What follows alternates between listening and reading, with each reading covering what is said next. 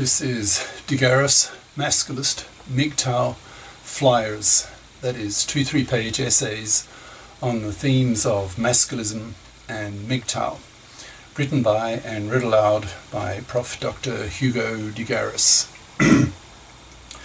This is flyer number 227, entitled Socially Accepting the Masculist Bitch Slapping of Feminazis. Description. This flyer claims the feminazis have become genociders. They cause the MGTOWs and masculists to reject marriage and paternity as a reaction against the feminazis having made the divorce courts so toxic for men. These feminazis have to be stopped. This flyer shows this can be done by having masculists bitch slap feminazis into oblivion, and by having the custom made socially acceptable because it is needed. Flyer itself. Socially accepting the masculist bitch slapping of feminazis by Prof. Dr. Hugo de Garis. Email profhugodegaris@yahoo.com. Website profhugodegaris.wordpress.com. Feminazis have become genociders and have to be stopped. Men don't need bullets to do this, merely the palms of their hands. This flyer explains what is meant by this statement. Feminazis have taken over the divorce courts and have made them so toxic for males that 2/3 of young men under 35 now refuse to marry, refuse to have kids, and spend their money on themselves. This rejection of paternity is wiping out whole populations, so indirectly these hated feminazi bitches are causing the population to crash. That is, they have become genociders and hence have to be stopped. Japan has already seen its population start to decline as a result of the MGTOW. Actually, in Japan it's called the herbivore movement. Induced drop in population from its peak of 128 million to 127 million 5 years later. In 20 years, after the baby boomers have died off, the Japanese population will have shrunk to about 80 million, that is, to about 2/3 of its current size. Japanese politicians are pulling their hair out, trying to figure out how to persuade young Japanese men to be fathers again. There's even a cabinet minister of population devoted to the problem, but his admonition to young Japanese men of "man up" had the opposite effect. Young Japanese men simply refused to adopt the horrible lifestyle of their salaryman fathers, with their 11-hour days, 3-hour commute times, getting home so late at night that they orphaned their kids who were asleep when they got home, handing over their paychecks to their fluffy housewives, who gave him a meagre allowance and spent his money on the kids, the house, and herself. He overworked while she played tennis with her housewifey fluffy friends. No wonder Japanese young men are rebelling and going MGTOW/herbivore. Japan is about a decade ahead of the West in this regard, so Western politicians need to learn from Japan. What they need to learn is that men will not be willing to be fathers again until the feminazi bitches have been stopped in their tracks, so that the gender laws can be men-faired, so that men can feel much safer about becoming fathers, not risking being financially massacred by the feminazi-controlled divorce courts, having a 1 chance in 4 as a married father of this happening. The masculists really need to push the public and the broadcast media that the feminazis have to be stopped. Otherwise our population gets wiped out due to the paternity strike caused indirectly by the feminazi takeover of the divorce courts, where feminazi bitches are taking their revenge on men whom they see as the hated enemy.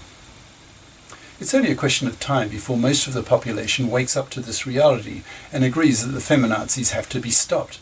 They will see with their own eyes in time as the population keeps shrinking, as house prices tumble due to there being more houses available than buyers, as whole villages depopulate, as is already happening now in Japan, as old people are no longer given pensions by governments because there are too few younger people at work to pay for these pensions, etc.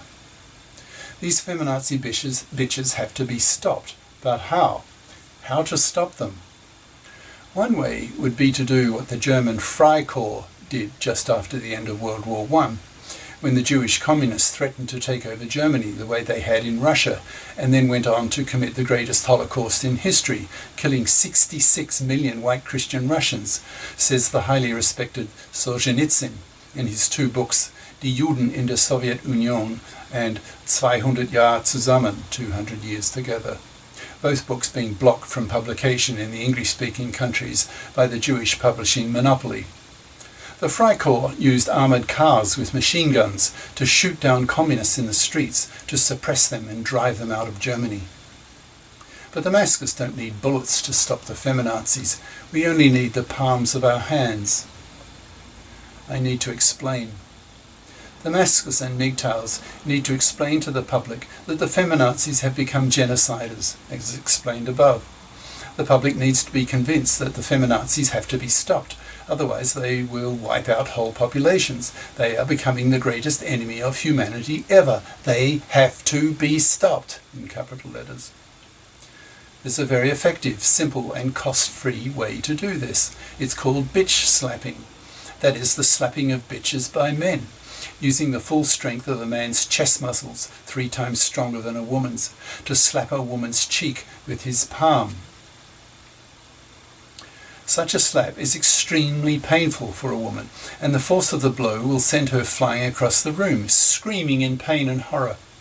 A woman who has been bitch slapped once by a man never wants to be bitch slapped a second time, so if she's threatened with bitch slapping a second time, she will go quiet. She will quietly slink away from the scene. What is now needed is for the masculine strategy of bitch slapping the Feminazis to be made socially acceptable, to be seen as politically necessary to stop the Feminazis from wiping out whole populations. The masculists need to pioneer this policy by regularly bitch slapping the Feminazi bitches when they behave as monsters to men.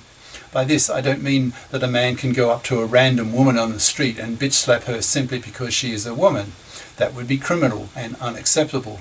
But there are circumstances when such bitch slapping is to be recommended. Here is a list of such examples and recommendations. 1. A masculist and a feminist get involved in a heated argument with hatred expressed on both sides. The woman loses patience and feels she has the right as a feminazi to do 2 things. A. To hit a man who expresses hatred against feminazi crimes, as seen by the masculist. And B. That the masculist does not have the right to hit her back immediately.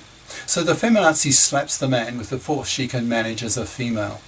The masculist is outraged at being so violated and hits her back with equal force. The feminazi then explodes in hypocritical rage, screaming, "How dare you hit a woman!"